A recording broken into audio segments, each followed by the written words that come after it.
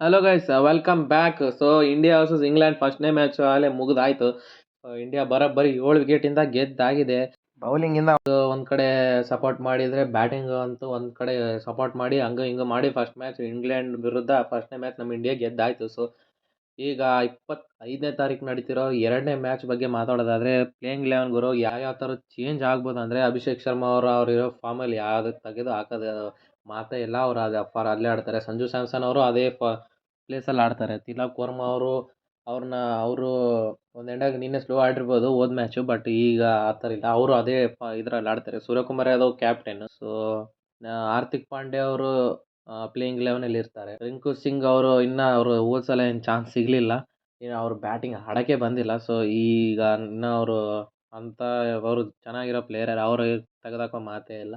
ನಿತೀಶ್ ಕುಮಾರ್ ರೆಡ್ಡಿ ಏನು 3 ಕ್ಯಾಚಸ್ ಗುರು. ಅವರು ನೆಕ್ಸ್ಟು ಅವರು ಪ್ಲೇಯಿಂಗ್ ಲೆವೆನ್ ಇರ್ತಾರೆ. ಅಕ್ಷರ್ ಪಟೇಲ್ ಅವರು ಇರ್ತಾರೆ. ಸೊ ಇವಾಗ ಏನು ಬಂದಿರೋದಂದ್ರೆ, ಬಾಲಿಂಗ್ 5 ಜನ ಇದ್ದಾರೆ.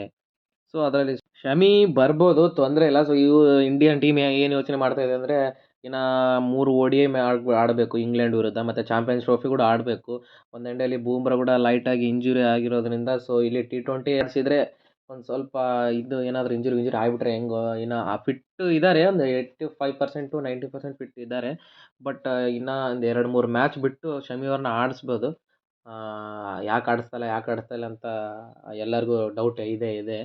ಏನು ಅವರು ಒಂದು ಕಡೆ ಮೇನ್ ಬಾಲರ್ ಆಗಿರೋದ್ರಿಂದ, ಸೊ ಅವ್ರಿಗೆ ಒಂದು ಸ್ವಲ್ಪ ರೆಸ್ಟ್ ಕೊಟ್ಟು ಒಂದು ಲಾಸ್ಟ್ T20 ಮ್ಯಾಚಸ್ ಒಂದು 2 ಮ್ಯಾಚ್ ಆಡಿಸ್ಬೋದು.